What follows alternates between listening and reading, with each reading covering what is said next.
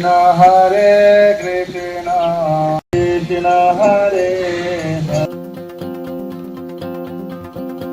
একদিনের ছুটিতে কলকাতার আশেপাশে আধ্যাত্মিক পরিবেশে সময় কাটাতে চাইলে চলে আসতে পারেন শ্রী চৈতন্যদেবের জন্মস্থান মায়াপুর ও নবদ্বীপ ধামে।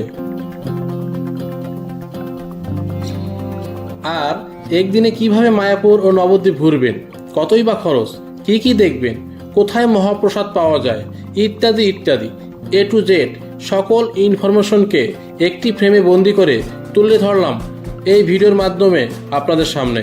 তাহলে শুরু করি। প্রথমেই বলি কিভাবে আসবেন। শিয়ালদাহ থেকে সকাল 6:55 কিংবা 7:53 অথবা 9:35 ধরে কৃষ্ণনগর লোকাল কিংবা লালগোলায় চেপে চলে আসবেন কৃষ্ণনগরে। ভাড়া জনপ্রতি 25 থেকে 30 টাকা, সময় লাগবে 2.5 ঘন্টার মতো। এরপর স্টেশনের বাইরে বেরিয়ে পেয়ে যাবেন প্রচুর অটো, টোটো কিংবা ম্যাজিক গাড়ি। এখান থেকে আপনার ছেলে রিজার্ভেও আসতে পারেন কিংবা শেয়ার গাড়িতেও আসতে পারেন। রিজার্ভ গাড়ির ভাড়া 200 থেকে 300 টাকা, আর শেয়ার গাড়িতে আসলে পড়বে পার হেড 30 টাকা।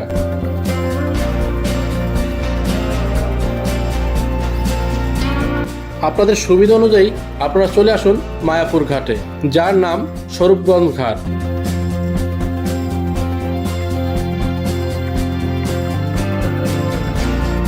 ৳3 দিয়ে টিকিট কেটে জলঙ্গি নদী পার হয়ে চলে আসুন এপারে।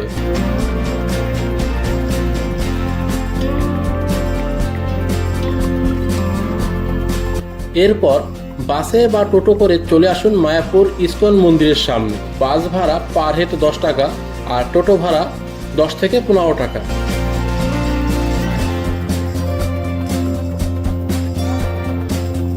এছাড়া আপনারা যদি হাওড়া থেকে আসেন তবে আপনাদের নামতে হবে নবদ্বীপ স্টেশনে।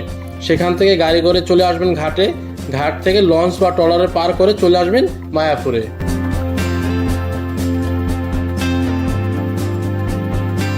আর ম্যাক্সিমাম সময় আপনাদের নামিয়ে দেবে মায়াপুর ইস্কন মন্দিরের 4 নম্বর গেটের সামনে।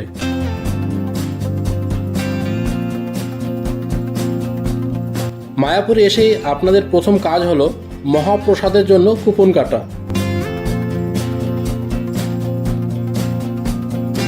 মায়াপুরের পুরাতন যে গেট রয়েছে সেইখানেই কুপন পেয়ে যাবেন, যদিও অধিকাংশ সময় এই গেট বন্ধ রাখা হয়।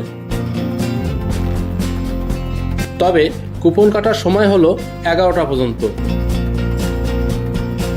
এবার আপনাদের কুপনের প্রাইসটা একটু বলে রাখি। গদা ভবনের কুপন মূল্য 80 টাকা, নামহট্ট ভবনের কুপন মূল্য 50 টাকা, গীতা ভবনের কুপন মূল্য 60 টাকা, আর সুবল প্রসাদ কুপন সংগ্রহ করলে তার মূল্য 40 টাকা। এটা হলো ভজন কুঠির আর কি। এখানে সব সময় আর কি নাম কীর্তন হয়। Krishna Hare Krishna Krishna Krishna Hare Hare। Coupon কাটার পর্ব শেষ হলে পুনরায় বাইরে চলে আসুন। এরপর টোটো ধরে আবার চলে আসুন ঘাটে। 10 টাকা দিয়ে লঞ্চের টিকিট কেটে উঠে পড়ুন লঞ্চে। এখন আপনারা যাচ্ছেন নবদ্বীপে।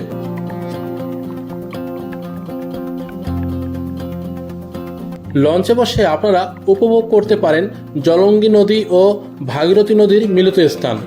দুই নদীর জলের রং সম্পূর্ণ আলাদা। এটা হলো ভাগীরথী নদী আর এলো জলঙ্গি নদী। লঞ্চ থেকে নেমে একটু উপরে উঠলেই বাইরে প্রচুর গাড়ি পেয়ে যাবেন।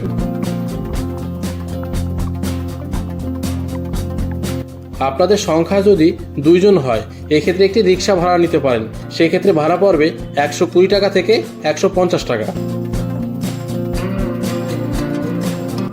আর সংখ্যাটা যদি 2-এর অধিক হয় তাহলে টোটো ভাড়া করে নিন। 200 থেকে 300 টাকা চাইবে। সকল মন্দির ঘুরে দেখাবে, তবে অবশ্যই একটু দাম দর করে নেবেন। প্রথমে চলে আসুন রাধারানীর মন্দিরে। আপনাদের জুতো গাড়িতে রেখে মন্দিরে প্রবেশ করুন। মন্দিরে প্রণাম করে 10 টাকা দিয়ে টিকিট কেটে গুপ্ত বৃন্দাবন দর্শন করুন। খুব ভালো লাগবে।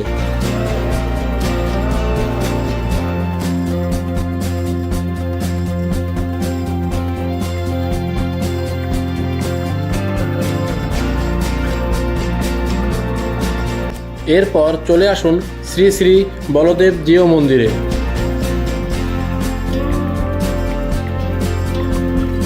এর দর্শন শেষ করে চলে আসুন শ্রী শ্রী গৌরাঙ্গ মহাপ্রভুর জন্মস্থান আশ্রমে।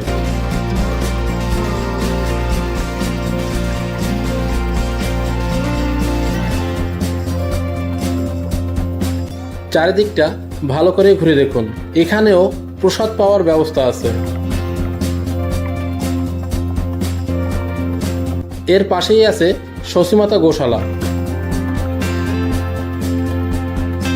একটু সময় নিয়ে চারিদিকটা ভালো করে ঘুরুন।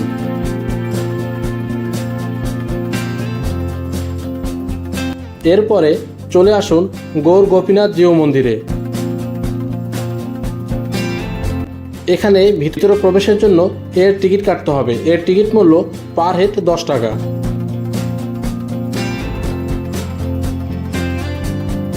ভিতরে প্রবেশের পথে সুন্দর একটি গুহার মধ্যে দিয়ে প্রবেশ করতে হবে, যা খুবই আকর্ষণীয়।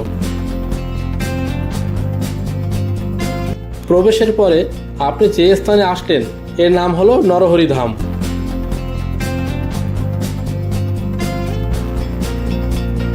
চারিদিকটা ভালো করে ঘুরে দেখুন।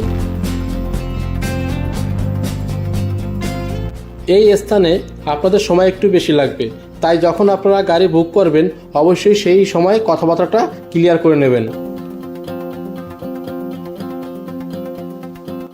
এখান থেকেও আপনারা মহাপ্রসাদ 60 টাকার বিনিময়ে সংগ্রহ করতে পারেন। নরহরি ধামের পাশে আছে সুন্দর একটি মিউজিয়াম। এই সুন্দর মিউজিয়ামটি চারিদিকটা ভালো করে ঘুরুন।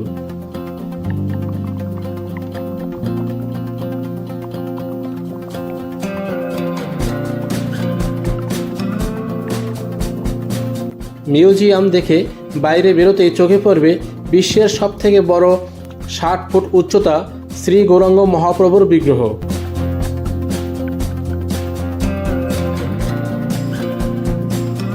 সকল কিছুর দর্শন শেষে বাইরে পুনরায় বেরিয়ে আসুন। এরপর গাড়ি চেপে চলে আসুন শ্রী শ্রী নিত্যানন্দ মিলন মন্দিরে। এখানেও পুজো দেওয়ার ব্যবস্থা আছে। এরপর চলে আসুন পরমাতলা মন্দিরে। এখানেও চাইলে আপনারা পুজো দিতে পারেন।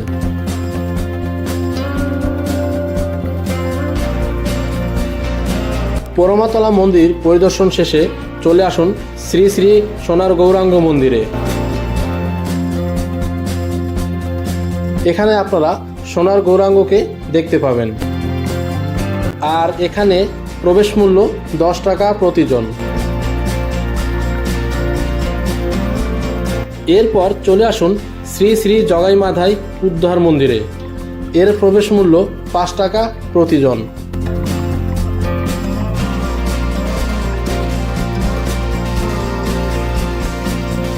তারপর 5 টাকা দক্ষিণা দিয়ে প্রবেশ করুন শিবাসের বাড়ি।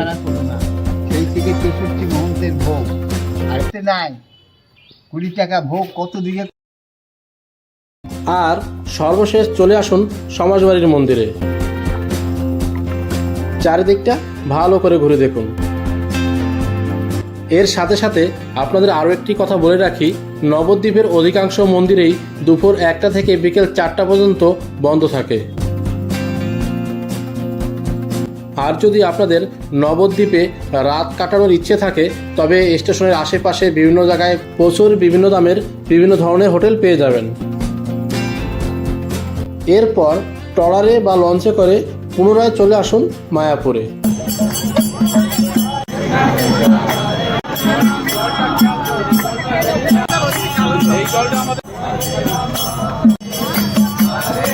আপনারা যদি মায়াপুরে থাকতে চান এক বা 2 রাতের জন্য, তবে ঘাট থেকে শুরু করে বিভিন্ন হোটেল বিভিন্ন দামের পেয়ে যাবেন। যদি আপনারা মায়াপুরের মন্দিরের মধ্যে থাকতে চান তো 100 টাকা থেকে শুরু করে 200 টাকা 300 টাকা বিভিন্ন ধরনের থাকার জায়গা আপনারা পেয়ে যাবেন। এক একটি রুমে 3 থেকে 4 জন থাকতে পারবেন।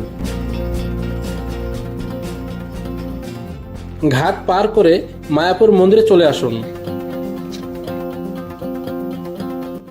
আপনারা যে ভবনের কুপন কেটেছিলেন সেইখানে চলে আসুন। এরপর কুপন দেখিয়ে মহাপ্রসাদ গ্রহণ করুন।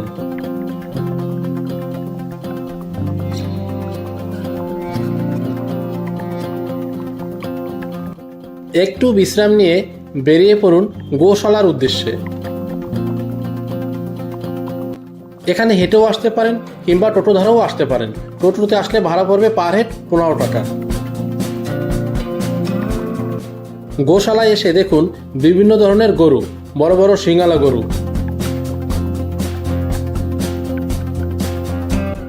এখানে খাঁটি দুধের বিভিন্ন ধরনের খাবার পেয়ে যাবেন, আপনারা চাইলে খেতেও পারেন।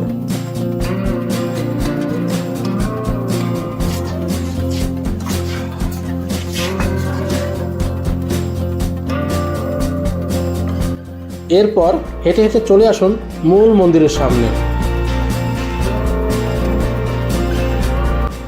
আর আপনারা যদি প্রসাদ গ্রহণে অনিচ্ছুক থাকেন কিংবা দেরি হয়ে যায় বা হয়ে না ওঠে, তাহলে এই গোবিন্দা রেস্টুরেন্টে নিরামিষ খাবার খেতে পারেন।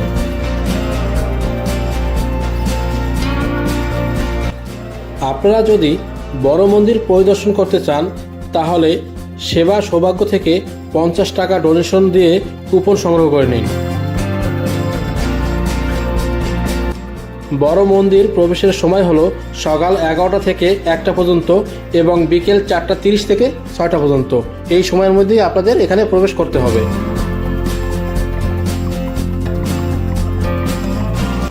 এর পাশেই সুন্দর একটি পার্ক রয়েছে, আপনারা চাইলে সেখানে একটু সময় কাটাতে পারেন।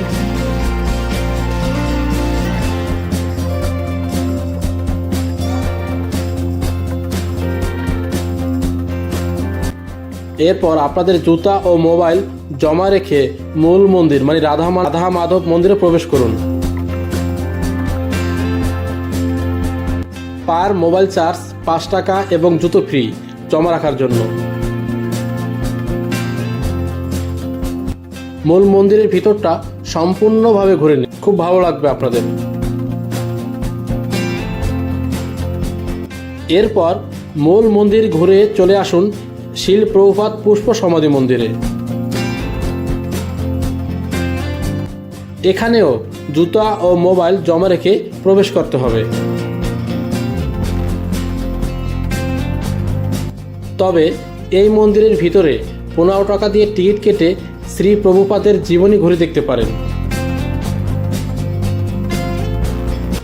এই মন্দিরটা পরিদর্শনের সময় অবশ্যই সন্ধ্যা আরতিতে যোগ দেবেন, খুব ভালো লাগবে।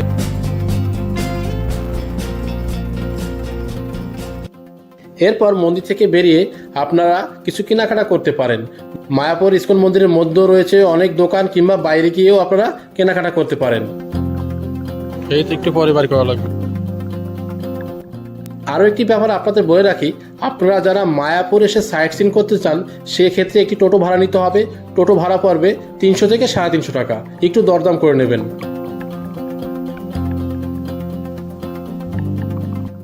এই হলো আপনাদের একদিনের মায়াপুর ও নবদ্বীপ ভ্রমণ। তবে 2 দিন সময় নিয়ে আসলে আরও পুঙ্খানুপুঙ্খানুভাবে চারদিকটা ঘুরতে পারেন।